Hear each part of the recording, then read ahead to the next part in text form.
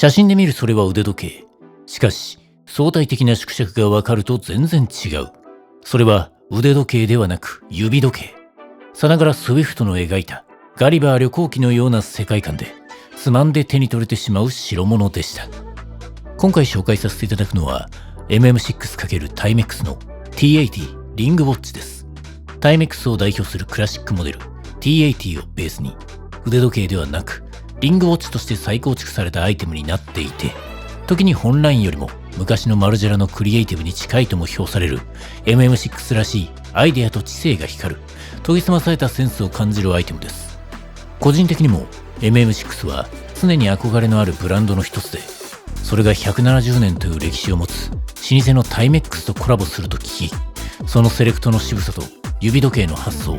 ビジュアルの良さで見てすぐに急いで購入を決めました。これはコレクションしておかないと絶対に後悔するという直感に従い、反射で在庫を探しに行ったため、これがどれほどの発明なのか把握が甘いままの購入になりましたが、使っていくうちにその魅力がより深まっていきます。まずこのリングウォッチという発明。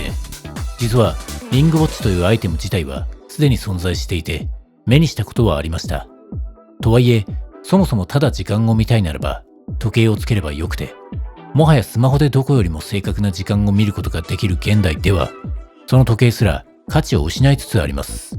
そんな状態で時計よりも純粋なビジュアルの良さが要求される指輪に時計という機能性をつけたとて、まず指輪それ自体としての価値がないというのが持論でした。そのため自分の中でリングウォッチという概念は今までただの一つも存在しておらず、これはリングとしての美しいビジュアルと時計としての機能性を両方持ち合わせた初めてのリングウォッチとして映りました。細かい調整はありつつも、そのまま縮尺を変えた食品サンプルのような作りになっていて、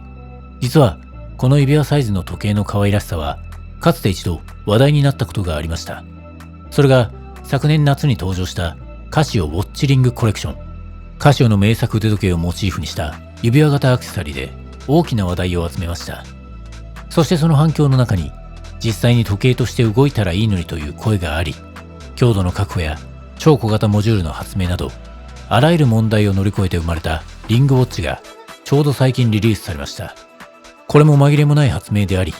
ビジュアルの良さや面白さから考えてリングウォッチと定義して差し支えない代物なのは間違いありません。しかしその素晴らしさも認めた上で、それより先にリリースされたこの T80 リングウォッチには